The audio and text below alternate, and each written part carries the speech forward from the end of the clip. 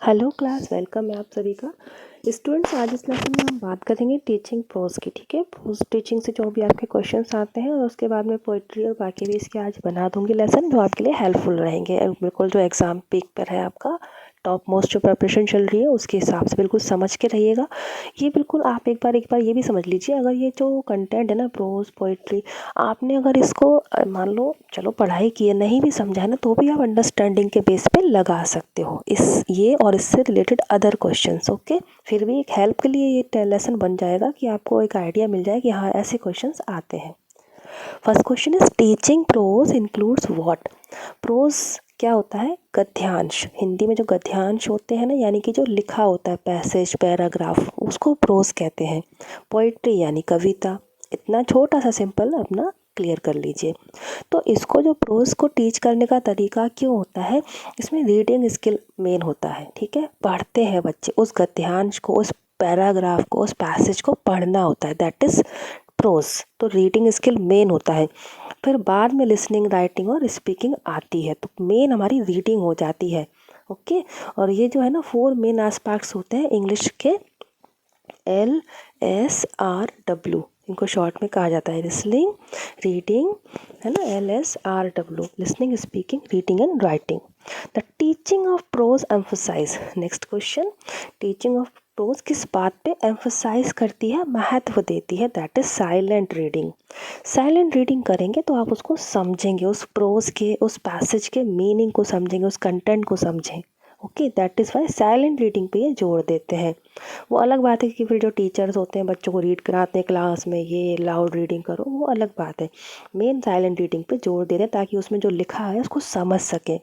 The aim of teaching English prose may be what. Option D, A and B दोनों ही है इसमें। General भी होता है, स्पेसिफिक भी होता है। प्रोज को पढ़ाने का एक जनरल एम तो ये हो गया कि भाई सबको रीडिंग करना आ जाएगी, साइलेंटली समझना आ जाएगा। और स्पेसिफिक मीनिंग का मतलब ये है कि वो जो कंटेंट किसके बारे में है, वो चैप्टर किस चीज़ के बारे में है, तो बच्चा वो समझेगा। ये दो आपके हो जाएंगे। For the purpose of listening, speaking, reading and writing, a minimum vocabulary is needed. Yes, listening, speaking, ये जो LSRW का जो नियम है, इसके लिए vocabulary ज़रूरी है। vocabulary यानी कि जो स्पेलिंग्स होती हैं, वर्ड्स मीनिंग होते हैं, वो सब आना तो ज़रूरी है। वर्ड नहीं आएंगे तो कैसे समझेंगे, कैसे बोलेंगे, कैसे पढ़ेंगे, पढ़ के भी क्या समझेंगे, ये चीज़ तो नीडेड है बिल्कुल। बाकी ऑप्शन पे नहीं जाएगा मिनिमम और मैक्सिमम, ये जो ना कंफ्यूज करने के लिए लिखे रहते हैं। चूज द इनकरेक्ट स्टेटमेंट, इनमें से कौन सा गलत स्टेटमेंट है। तो वोकैबलरी को कैसे पढ़ाया जा सकता है ना। वोकैबलरी जो शब्द है, नॉर्मली कहा जाता है भाई डिक्शनरी से पढ़ लो, डिक्शनरी से कुछ नहीं होता, कभी नहीं पढ़ना है उससे सिर्फ आपको चेक करने के लिए होती है वो। तो देखिए, वोकैबलरी कैन बी टॉट, तो हमें इनकरेक्ट ढूंढना है ना। तो ये कह रहे हैं कि अगर बच्चों से कह दो कि जाओ डिक्शनरी से पढ़ दो, वो गलत है। ओके, ये सब सारे सही है। उनको पिक्चर्स दिखाओ, वर्ड्स की मीनिंग बताओ, तो बच्चे सीखेंगे। स्केचेस, ड्राइंग ऐसे ब्लैक बोर्ड पे शो करके बताइए। जेस्टर और एक्शन से भी आप बता सकते हैं कुछ वर्ड्स के मीनिंग, तो ये सब आपके हो जाते हैं सही वोकैबलरी। और डिक्शनरीज का वाला ऑप्शन गलत है बिल्कुल। ऐसे टीचिंग, अब प्रोज के तहत जो निबंध पढ़ाए जाते हैं ना, एसेस पढ़ाए जाते हैं, तो उसमें क्या होता है, क्या करते हैं वो एसेस आपकी। देखिए, enable students to arrange the idea in a systematic way. कभी हमने भी निबंध लिखा है ना, हम कैसे सिस्टमेटिक वे में लिखते हैं, पहले उसकी इंट्रोडक्शन, प्रस्तावना लिखते हैं, फिर पूरा रूपरेखा लिखते हैं, लास्ट में उपसंहार, कंक्लूजन होता है। तो यही है, सिस्टमेटिक वे में बच्चे को उसके आइडियाज़ को अरेंज करना सिखाता है, ऐसे टीच करना। Okay, point out the incorrect answer, इसमें से गलत कौन सा है देख लीजिए। तो the teacher explain the meaning of difficult words and phrases while teaching a structure. Structure पढ़ाते समय, स्ट्रक्चर यानी कि जो ग्रामर में होता है ना, सब सेंटेंस का स्ट्रक्चर, कोई रूल्स बता रहे हैं, सेंटेंस कैसे बनाना है ना, उस समय अगर वो एक्सप्लेन करेंगे डिफ़िकल्ट वर्ड्स या फ्रेजेस, तो ये गलत है। बाकी उन्हें ये सब कब सिखाना है, वर्ड्स और फ्रेजेस। फ्रेजेस क्या होता है, ग्रुप ऑफ वर्ड्स, दो शब्द मिलके बनता है फ्रेजेस, 2 या 3, लेकिन उसका कोई मीनिंग नहीं होता है। मीनिंग होता है एक सेंटेंस का। The teacher should introduce the new structure through suitable class situation. उनको सूटेबल क्लास सिचुएशन के तहत न्यू स्ट्रक्चर बता देना चाहिए। The purpose of teaching a structure is to teach a functional grammar point, ये भी ठीक है हमारा। ये स्ट्रक्चर पढ़ाने का पर्पस क्या होता है कि हम ग्रामर पॉइंट उसके पढ़ा सकें। बाकी ये गलत है कि स्ट्रक्चर पढ़ाते समय आप मीनिंग वगैरह भी बताने लग जाए, नहीं, मेन हम स्ट्रक्चर समझा रहे हैं तो हमें उसी पर ही फोकस करना होता है। स्ट्रक्चर में देखिए ग्रामर के पॉइंट ही बताए जाते हैं। Next question, a prose lesson should include. Prose lesson में क्या क्या हो सकता है? आप देखिए बच्चों की बुक्स में, उसमें सब कुछ होता है। कभी स्टोरी, किसी की, किसी अच्छे व्यक्ति की बायोग्राफी होती है, एक आध एसेज होते हैं, डायलॉग्स भी होते हैं, है ना। डायलॉग्स वाले चैप्टर होते हैं ना कि एक कंटेंट लिखा, फिर उसने क्या बोला, फिर एक से उसने दूसरे ने क्या बोला, ऐसे वाले भी। तो ये सारे होते हैं प्रोज लेसन के तहत आते हैं। केवल स्टोरी नहीं आती है या ऊपर जो कंटेंट लिखा है वो भी नहीं। The aim of teaching prose important है, देखिए, और इजी क्वेश्चन है कि टीचिंग प्रोज के लिए उद्देश्य क्या है। ये जो आपके सिलेबस में है ना, prose teaching, what is the aim behind that? To develop thinking power, imaginative power and to develop interest for story reading. बच्चे की थिंकिंग पावर बढ़े, इमेजिन कर सके ज़्यादा से ज़्यादा, और उसकी इंटरेस्ट बढ़े स्टोरी रीडिंग के लिए। The teaching of biography is useful. Biography यानी किसी व्यक्ति की जीवन गाथा जो कोई दूसरा लिखता है, तो उसको वो बहुत यूज़फुल होती है, टीचिंग ऑफ बायोग्राफी।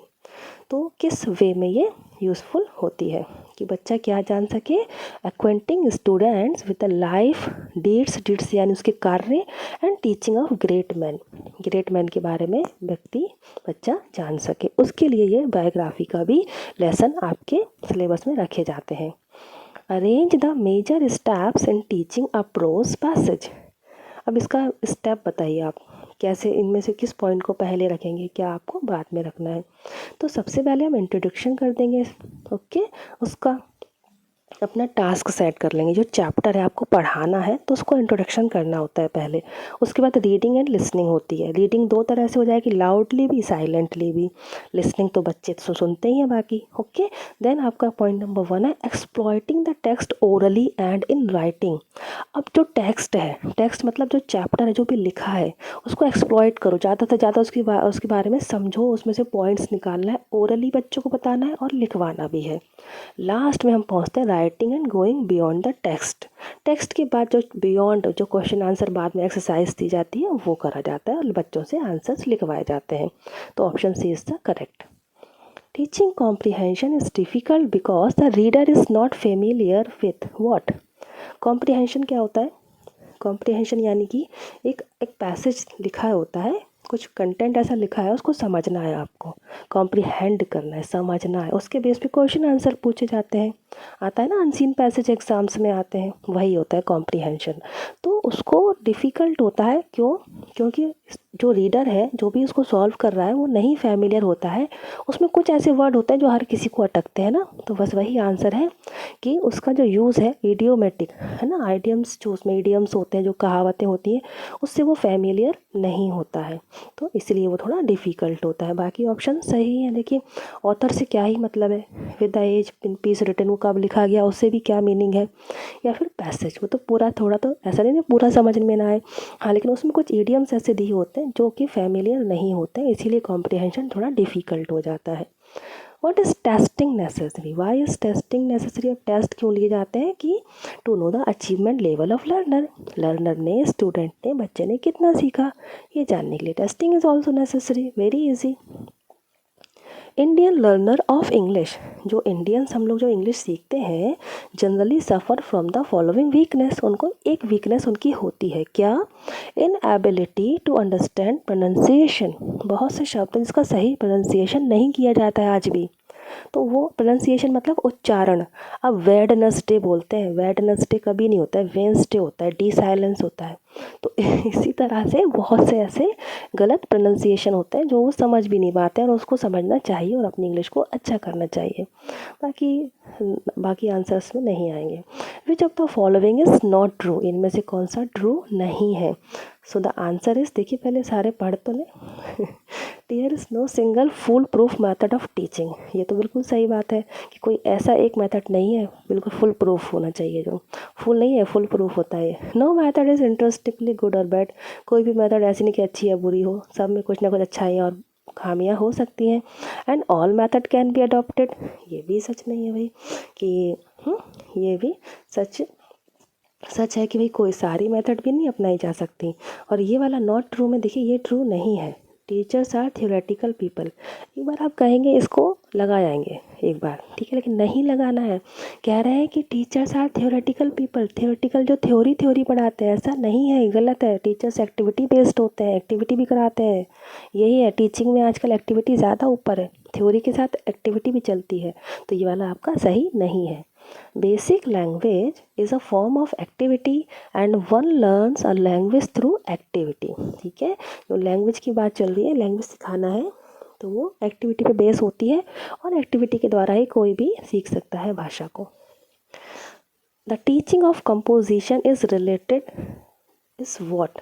तो आंसर देखिए इसका, जो कंपोजिशन की जो टीचिंग होती है किससे कनेक्टेड होती है? डी से, option D, writing skill. Okay, composition वही, कंपोजिशन में क्या, कॉम्प्रिहेंशन में समझना होता है पैसेज, फिर आंसर देना होता है। कंपोजिशन क्या होता है? राइटिंग सेक्शन होता है, यहाँ पे लिखना होता है, लेटर लिखना है, नोटिस राइटिंग, मैसेज राइटिंग, वो होता है composition. Okay, story writing, diary writing, तो उसमें राइटिंग स्किल पे बात करते हैं। कंपोज करो, कुछ क्रिएट करो। The teaching of prose emphasise what? Silent reading पे ये एम्फोसाइज करते हैं मेनली। लाउड पे प्लीज़ मत लगाइएगा। चलिए, आज के क्वेश्चंस कंप्लीट हो गए आप सभी के। आई होप ये लेसन आपको हेल्प देंगे। Thank you so much for watching this lesson students. खुश रहिए, कनेक्ट रहिए, शेयर प्लीज़ कीजिए। अभी जो लास्ट मोमेंट पे तैयारी कर रहे हैं उनको मेरी प्लेलिस्ट तो एटलीस्ट शेयर कर दीजिए आप लोग, तो हेल्प हो जाए उनकी। Thank you so much for watching this lesson. खुश रहें, पॉजिटिव रहिए। जय हिंद।